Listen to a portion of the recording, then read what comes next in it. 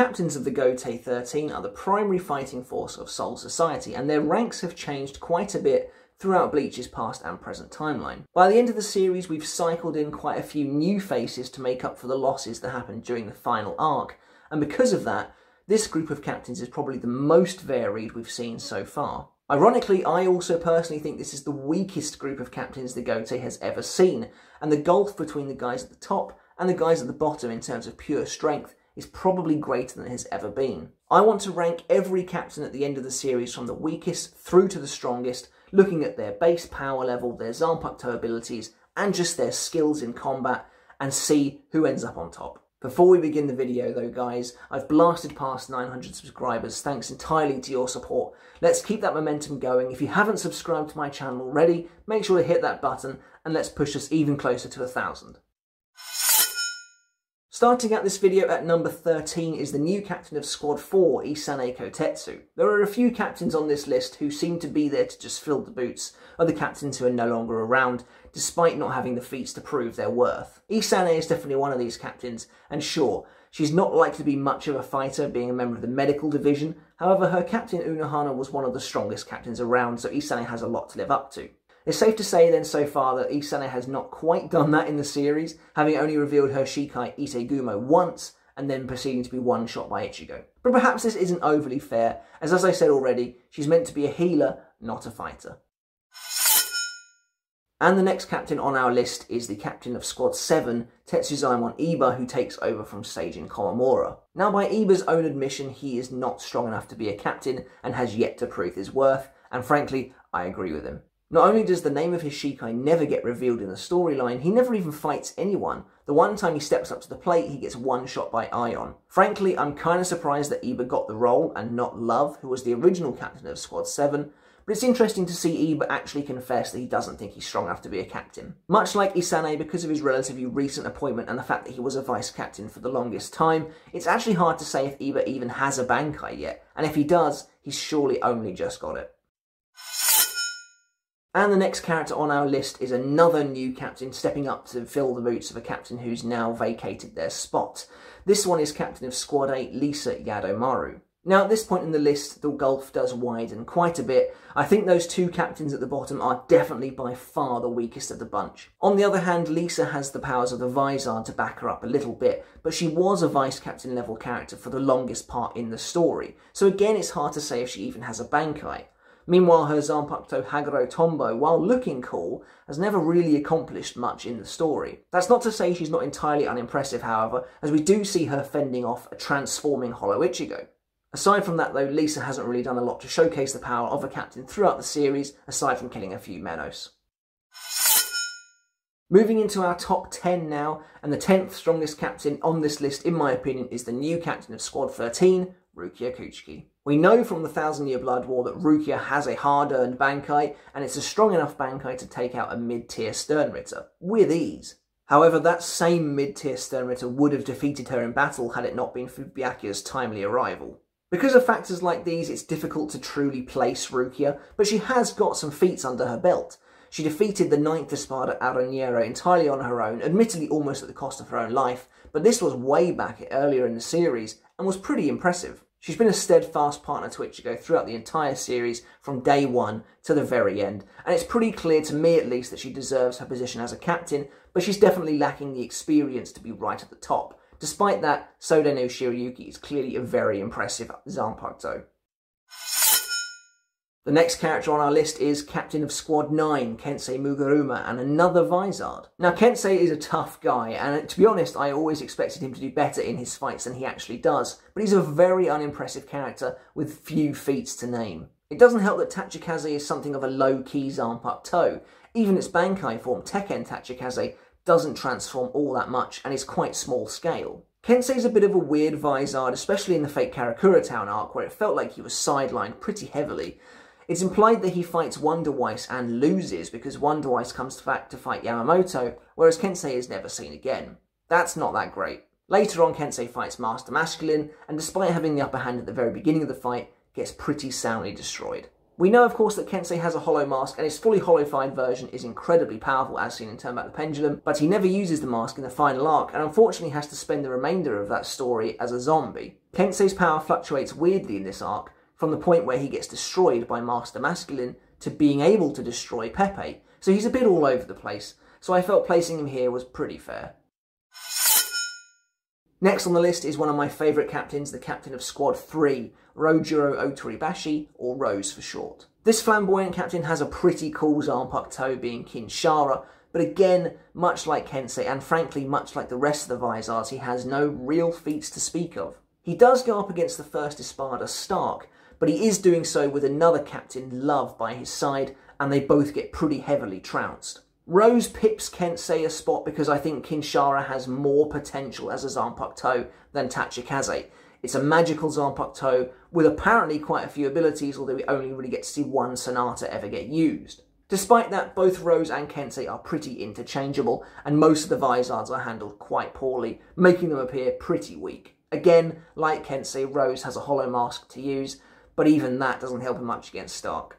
Later on, however, I think Rose performs better against Master Masculine than Kensei, just purely due to the fact that his Bankai, Kinshara Butoden, had Mask on the ropes. However, Rose's own personality really lets him down here, and he completely gives the game away by explaining his own abilities. That's kind of amateurish, especially for a captain as old as him. Next on our list is Captain of Squad 2, Soifon.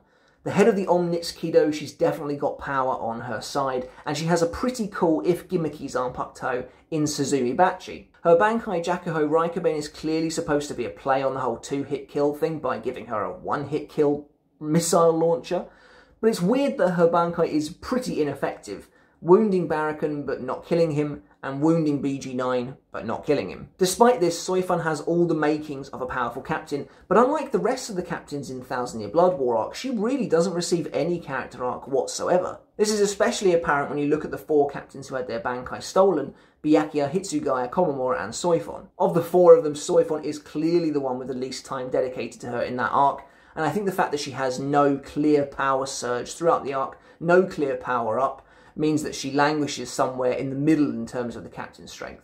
I think Soifon is hampered by her age as well, and her immaturity comes across in the way she has a go at the Squad 0 members, or the way she puts down Kensei after Yamamoto is killed, or the way she has to make some kind of deal with Hachi just to fight a life-threatening villain.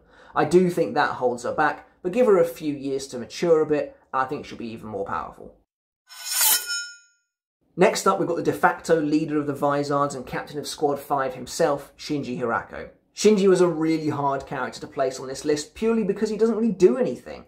Kubo gives this character absolutely no chance to shine, which is incredibly weird when you consider the fact that he is the leader of the Vizards and he plays a major role in the Arrancar arc. Sakanade is undeniably a pretty cool Zanpakuto, but it's given a very unimpressive first showing against Aizen, who nullifies it in a series of panels. However, Shinji's Bankai Sakashima Yokoshima Happo Fusagari, try saying that 5 times fast, is quite impressive in that it can deal with potentially hundreds if not thousands of enemies at once. Unfortunately, Shinji's given absolutely no time to shine in the final arc, and his most impressive feat comes very early on when he defeats Grimmjow pretty comfortably, although Grimmjow had one arm and wasn't even in his release form. Before we fire up the top 5 captains, I just want to emphasise again that you guys have supported me so much so far, and if you haven't hit the sub button, please do so, and let's push this channel towards 1,000 subs. The 5th strongest captain at the end of the series, in my opinion, is the child prodigy himself, Toshiro Hitsugaya of Squad 10. This absolute fan favourite character is undeniably powerful, and Hyorin Maru is clearly one of the strongest Zanpakuto in the series. However, Hitsugaya suffers from a similar problem to Soifon in that his attitude towards fighting and his childish immaturity hold him back quite heavily and allow him to be exploited by opponents like Aizen. On top of that, Hitsugaya's powers just don't seem to be that deadly. A lot of the opponents that Hitsugaya successfully manages to freeze always end up breaking out of his ice, and to be honest, he doesn't seem to win that many fights on his own, especially in the Thousand Year Blood War arc where he gets pretty seriously beaten up in nearly every fight he's in. Unlike Soifon, however, Hitsugaya does get a pretty impressive character growth moment, with his power-up being Adult Toshiro towards the end, but even then his Bankai has to be completely run down to get activated, and it still doesn't manage to do much to Gerard. Because of this, I think Hitsugaya is a powerful captain, but what's most interesting about him is his room to grow and his potential for the future. The 4th most powerful captain at the end of the series, in my opinion, is the hardest one to place, and that is captain of Squad 12, Mayuri Kurotsuchi. Everyone's favourite mad scientist has some kind of preparation planned for every fight. And personally, I believe that with the right preparation, there's not a character on this list that Miuri couldn't defeat. However, this list is about overall strength, and I think Miuri is definitely let down in some areas. His overall powers and the ability of his Zanpakuto, Ashisogi Jizo, aren't that much to shout about, and he gets defeated pretty soundly by Uryu Ishida, who's able to just simply overpower his Bankai.